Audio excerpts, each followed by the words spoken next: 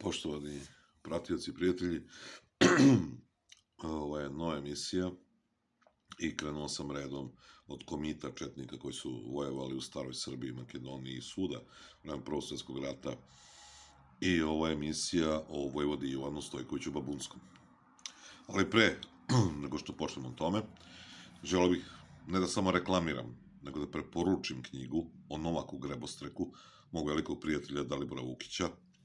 To je ova knjiga, Ovenčani slavom. I molio bih vas, ukoliko vas zanima srpski srednji vek, znači Dalibor Vukić piše u stilu Slavomira Anastasijevića, nećete se pokajati ako porušite, link će biti u opisu ovog videa za poručbine. Ne reklamiram sebe, reklamiram mog dobrog prijatelja, izuzetan pisac, nadaren, jeste samouk, ali nevjerojatno nadaren. Zaista ova knjiga je u rangu knjiga Slavomira Anastasijevića. To vam odgovorno tvrdim. Sad imamo Jovan Stojković Babunski. Jovan Stojković Babunski, odnosno vojvoda Babunski. Kasnije ću vam ispričati zbog jedne pobjede u selu Drenova, da pesma Spremte se, spremte četnici nije nastala za vreme Drugog svjetskog rata, nego u čast vojvode Babunskog. Što većina vas i znate, ali moram to da spomenem, kasnije ću spomenuti koja je to bitka i šta je on uradio, veliku stvar. Znači, Jovan Stojković Babunski, odnosno vojvoda Babunski, rođen u selu Martovci, ne zna se tačan datum, 25. januara ili 6. februara, vjerojatno 25. januara rođena, 6. februara je kršten. 1878. godine umro je u Velesu, 17. februara 1920. godine. Četnički vojvoda. Nadimak Babunski je dobio po planini Babuni. Znači, to selo Martovci je u oblasti Azot kod Velesa, pod planinom Babunom. Od oca Stojilka, po zanimanju zemljoradnika, a Veles je u to vreme bio srpski grad, ali su ga Bugari uskoro pretvorili u centar svoje propagande. Počeo je da ide u školu tek u 10. godini. Zbog teškog stanja tadašnjeg školstva u toj oblasti, često je menjao škole. Osnovnu školu je najpre učio u selu Omoranu, pa zatim u Velesu, u kome se u to vreme nalazilo bugarsko utvrđenje. Gde ga je bugarski, to je zbog one bugarske egzarhije koje su Turci dozvolili, znači Bugari još nisu bili ni skinuli vlast Turaka, ali su rovarili po Srbiji, staroj Srbiji i južnoj Srbiji. Da ga je bugarski učitelj u toj školi odmah prekrstio Ivana Stojkova. Zatim u selu Vojnicu, da bi 4. razred završio u Bogumili. I pored teškog materijalnog položaja, otac ga je 1889. godine preko konzulata u Skoplju poslao u Beograd da pohađa bogoslovsku učiteljsku školu. Tek otvoreno posle Srpsko-bugarskog rata 1885-1886. Što kažu, kralj Milan je napao Bugare namerno. Ne, nije. Bugarska je tad bila Bugarska i Velika Rumelija. Kralj Milan je napao Bugarsku zašto je Bugarska prisjedinila sebi Veliku Rumeliju. Koja uopšte nije bila Bugarska. Bila je zasebna kneževstvo u okviru Turskog carstva. I Bugari su je anektirali i zato je kralj Milan napao Bugarsku. A ne on neki idiot što kaže kao kralj Milan je prvi zabio nož u leđa Bugarima. Molim vas. Zato kad zovu Bugarin u nadimku. A neću da kažem o kome je reč, on će sam da se prepozna. Pošto me prati, vidio sam da me prati. Za Srbe iz Turske, znači otvorena ta škola, gde je primljen kao pitomac društva Svetog Save. U toj školi mu je jedan od vaspitača bio poznati nacionalni radnik Miloš Samilojević, mu je bio profesor. Drugoj mu po mestu rođenja daju nadimak Martolac. Od 1891. pohađao je bogoslovsku učiteljsku školu, tada tek otvorenu za Srbe iz neoslobođenih krajeva. Po njenom zatvaranju 1892. prešao je u Valjevo, gde je završio nižu gimnaziju, posle toga upisao je učiteljsku školu u Nišu, a nakon završenog drugog razreda vratio se u Beograd, da je 1896. godine dovršio državnu učiteljsku školu. U to vreme u staroj Srbiji, Makedoniji, bugarska teroristička organizacija, akcija, odnosno VMRO, je doživljavala svoj vrhunac, a srpski narod preživljavao svoje najteže trenutke. Pazite sad ovo. Osnovni zadatak bugarske akcije bilo je uništavanje svega što je srpsko. Spaljivali su i sahranjivali žive ljude, opustošili su sela. U vreme kad je Babunski postao srpski učitelj u selu Teovu, nadomak, ne u Tetovu, nego u Teovu, neko pogrešno navodi da je Tetova, ne, u Teovu je bio učitelj, nadomak Babunske klisure, svi srpski učitelji i sveštenici na tim prostorima bili su meta bugarskih napada, dok su roditeljima branili da decu šalju u škole. Posle sloma čuvenog ustanka u Kruševu, 1903. bio je prisiljen da emigrira u Srbiju. U Vranju je organizovao četu 35 ljudi. Godine 1905. ponovo je prešao srpsko-tursku granicu i vratio se u Velešku oblast, gde je započeo sa četovanjem. Tada je dobio ime Vojvoda Babunski, po planini Babuni, u čijoj se okolini njegova četa obično nalazila. U toj oblasti je vodio teške borbe, ne samo protiv Turaka, nego i protiv bugarskih komita, kao i druge četničke vojvode. Korišćenjem pseudonima imao je cilj da zaštiti sebe i svoju porodicu od turske i bugarske odmazde. Stevan Dimitrov, među bugarašima nazvan makedonskim kraljem, zaveo je strah u vladu u Veleškom kraju. Za svaki kontakt sa srpskim četama, ima nove zube pa malo teško pričam, za svaki kontakt sa srpskim četama pretio je smrću. Tada je bratu Vojvode Babunskog Temeljku Stojkoviću izrekao smrtnu kaznu. Pazite sad ovo. Taj Stevan Dimitrov, pazite sad ovo, herojsko vojevanje Ivana Stojkovića, sad upadam u njegovu biografiju, ali razumjet ćete me, koji stoji iza nadimka Babunski, doveo je do pesme koja je nastala 1907. godine. U stvari, dve pesme su nastale. Pesma je opevala značajnu pobjedu srpskih četnika u Makedoniji. Po ko zna koji put jedinice VMRO su provodile zločine. Terale narod uz begove u planine, pljačkale i ubijale. Babunski sa vojvodom Vasilijem, odnosno Vasilom Trbićem, i svojim borcima sačekao četu tog Stevana Dimitrova, što je njegovog brata osudio na smrt. Komandanta VMRO, glavnog komandanta VMRO, tamo gde se Bugari najmanje očekivali, i uništio ih je do poslednjeg vojnika, niko nije preživeo. Boj beše na Spasovdan 1907. godine u selu Drenovu, kod Velesa. Pesmu je nakon pobjede sročio Jovan Grković zvani Gapon, koji je skinuo monašku odoru i rame uz rame sa srpskim komitama oslobađao staru Srbiju. Gapon je bio rodom iz Orahovca i Saborac Babunskog. Nastala je pesma. Prva. Oj napred ide pred četom Jovan Babunski vojvoda, za njim ide pred četom Vasilij Veleški vojvoda. A onda je nastala pesma Spremte se, spremte četnici. I tam je truba zatrubi iz toga sela Drenova, a ta boj se odregao u selu Drenovu. Jovan Grković Gapon, autor ovih stihova, poginuo je boreći za slobodu srpskog naroda Kosova i Metohije i Južne Srbije. Uništenjem VMRO čete i njihovog komandanta, koji je nanao velikog zla Srbije u Makedoniji, Bugari su proterani iz zapadnog Povardalja. To je samo jedan od kamenčića mozaika koji čine život ovog hrabrog srpskog borca za slobodu. Da se vratimo u biografiju.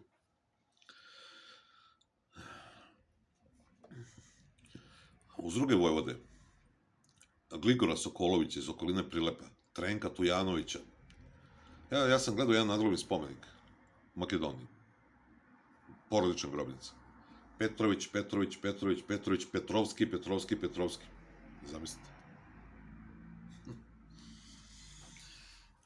Ima, mislim, da ta slika na internetu. Uz druge vojvode, znači Gligora Sokolovića iz okoline Prilepa, Trenka Tujanovića, Josifa i Mihajla iz Broda, Jovana Dolgača, Vasila Trbića i Cenu Markovića, posle borbi na Oreškim livadama, maj 1905. na planini Mukos 20. juna 1905. Movnatcu 18. augusta 1905. Teovskom polju, Smilevcu i ta čuvena borba u Drenovi od 1905. do 1907. uspeo da oslobodi desnu obalu Vardara. Posle toga, zamislite, Turci su od njega tražili dozvolu da obiđu svoje imanje na toj obali Vardara. On je izdavao dozvole Turcima. Ako je što zvanično bilo Tursko, nisu mogli da uđe bez njega.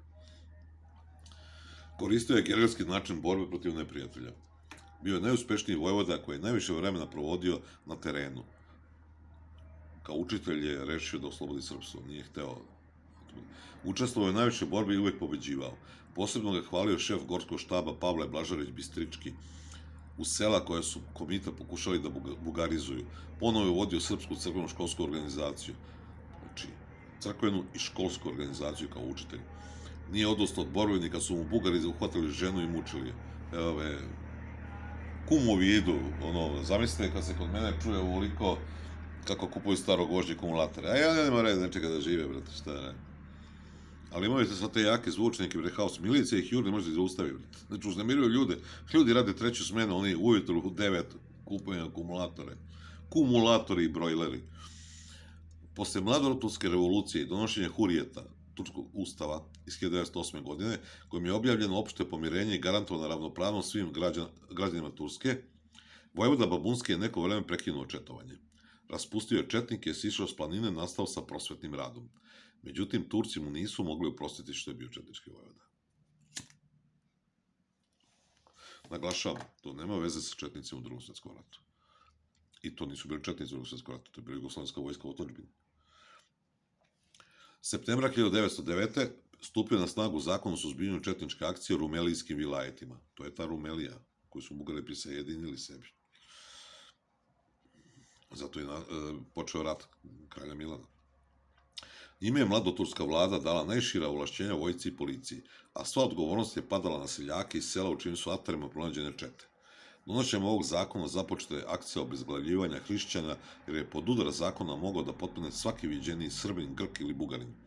Polovinom 1910. kada su ubijeni Gligor Sokolović i bugarski vojvoda Vasil Adžarlarac, da zaista tako zvao, uhapšen je osuđen na 10 godina robije. Na putu do zatvora, mada je bio vezan, uspeo je da pobegne i prebegne u Srbiju. Kakav je to lik bio?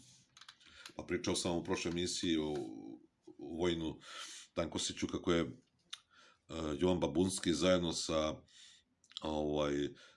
Mustafom Golubićem se opkolio zatvor u Beogradu i naterao da ga puste. Bombama i pištoljima i noževima. Kamo opkolili? Morali su da ga puste. Neposredno pre nego što je Austro-Ugarska objavila rat Srbiji, nalazio se u Beogradu. Jula 1914. godine radio na kupljenju četnika, zajedno sa Vojislavom Tankosićem. Naravno. Je veoma brzo uspeo da organizuje dobrovoljca odbrani Beograda, ko železničkog mosta na obali Save, koji sad hoće da izmeste. Zahvaljujući najviše njemu, Beograd nije pao još prvih dana napada. Posle prvih sukoba poslali su ga ponovo na jug, jer su Bugari ponovo počeli sa napadima. Sad njegov leteći odred. Po tome su nastavili čuvene leteće brigade. Istakao se na Solunskom frontu. Ministarstvo unutrašnjih dela Kraljevine Srbije imenovalo ga je za komandanta letećeg žandarmerijskog odreda, sa kojim je izveo niz uspešnih akcija. Njegov dobrovoljački odred je sve do 14. novembra 1915. godine branio Kanjički klanac od bugarskih vojnika. Kada je na jesen 1915. srpska vojska počela se povlači u Albaniju, on je ostao da brani Bitolj i Babonu. Kraj 1915. godine, prilikom povlačenja francuske vojske iz južne Srbije prema Egejskom moru, leteći odred se našao u sastavu 8. puka afričkih lovaca 122. divizije. Izvršavao odgovorne zadatke u oblasti Đevđelije. Na vrhu Odža Tepe zaslužio je visoko odlikovanje Francuske jer je pomogao jednom njihovom bataljonu da se priključi matične jedinice. Leteći odred je imao neprocenjive zasluge za francuske jedinice isturene prema bugarskim položajima, koje su slabo poznavale teren. U maju 1916. godine dobio zadatak da sa svojim četnicima i delovima 8. afričkog lovačkog puka zađe neprijateljsku pozadinu kako bi prikupljao informacije i napadao neprijatelja. Sa dobijenim naoružanjem i opremom uputio se u zapadnu Makedoniju. Bio je stacioniran južno od Prespanskog jezera sa zadatkom da blokira put Korča-Lerin, kako bi sprečio vezu između pronemačke vlade u Atini, vlada u Grci zaista bili pronemački, pa kraljem je bio Nemac. Jedini mi imamo narodne dinastije, Rumuni su imali Nemce, Bugari su imali Nemce, Grci su imali Nemce. To ono širenje uticaja, znate. A mi nismo prihvatili to. Mi smo imali svoje. Jer i u Brenoviću su poreklom Nemanjići, preko knjeginje Ljubice Vukomanović. Kasnije preko kraljice Natalije Keško. Znači, u decembru 1917. godine, to ću pisati kasnije, uspešno neutralisao nemački motorni čamac u Prespanskom jezeru, koji je bio pretnja francuske jedinicama. Demobilista se 1918. vratio u Veles. Po završetku Prvog svjetskog rata postavljen za sekretara ministra unutrašnjih poslova.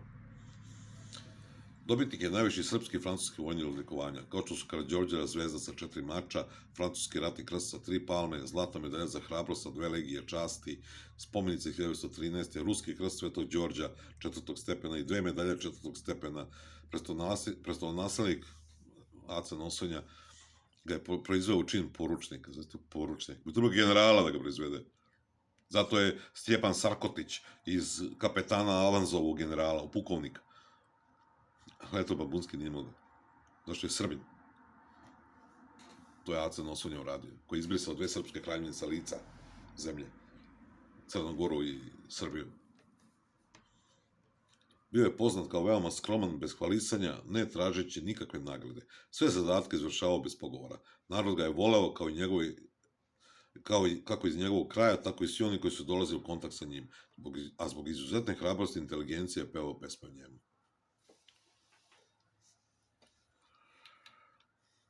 Umro od gripa 17. februara 1920. Sad ću to da vam objasnim.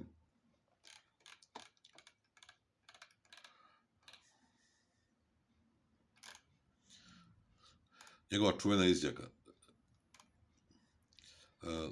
Kad je francuski pukovnik de Chizel viknuo kako uništio taj čamac, Monitor, na Presponskom jezeru, je uzviknuo, znači Francuz je uzviknuo, reći jednog Francuza, de Chizela. Za Srbina nema nemogućnosti, čak i u najvećoj opasnosti, samo kad je rešen za izvršenje zadatka.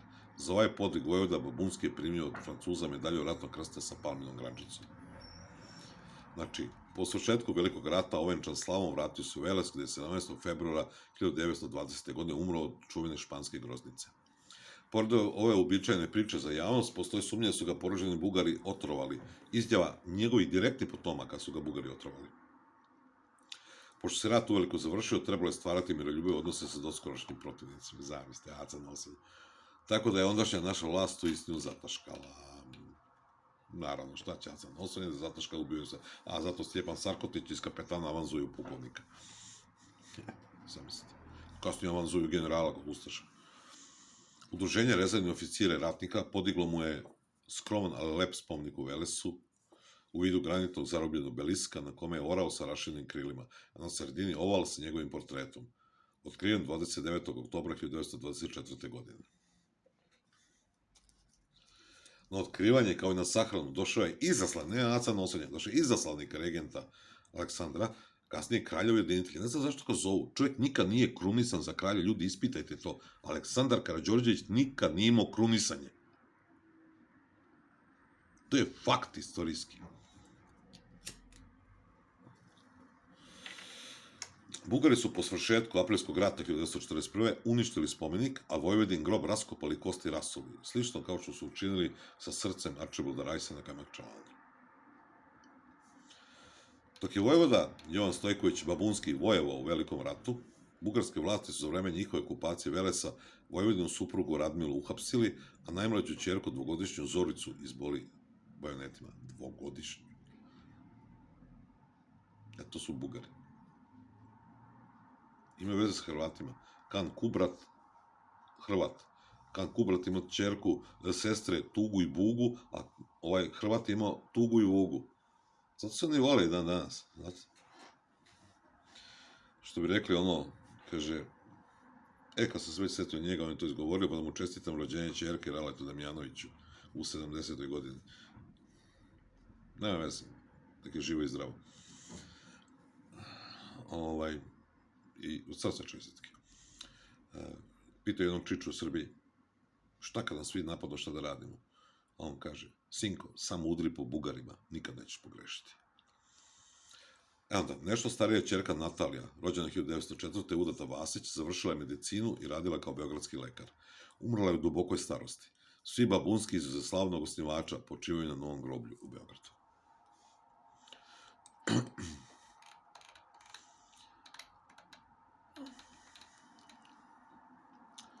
Da vidimo se još.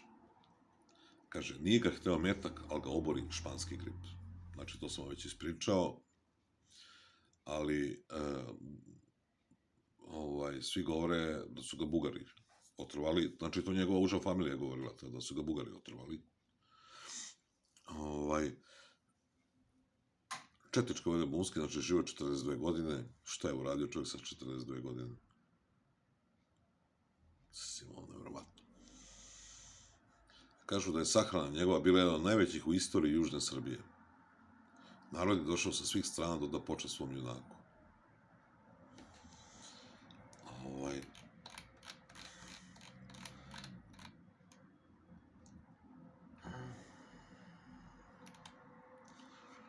Danas, pored ulice u Nišu, jedna kratka beogradska ulica u naselju Krenjača nosi njegovo ime, Vojvode Stojković. Znači, njegov potomak Petar je rođen u Beogradu, po zanimanju profesor ruskog jezika i doktorant je Filološkog fakulteta u Beogradu. Školovao se u Rusiji i Ukrajini, glavni urednik virtualnog muzeja srpskog jezika, ovo je nešto slično u mom virtualnom muzeju, pisao, prevodio tekstove za razne internet portale, u slobodno vreme piše pesme. To je Petar Minić, njegov potomak. Toliko, emisija možda malo bila kraća, ja sam možda malo brzo govorio, ali sledeću emisiju ćemo, zahvaljujući jednom mladom čoveku, Jovanu Zrniću, koji mi je otkrio neke podatke koje nisam znao, još jednim nekim austrijskim istragama o vampirima, bit će Vampiri u Srbiji, drugi deo. Tu ćemo malo i Savi Savanoviću, da vidimo da li je on zaista fikcija Milovana Glišića ili zaista postojao. Prijatelji moji, svako dobro vam želim od Boga, vam zdravlje bilo večno. Pozdrav i Bog vas čuvao. Svako dobro.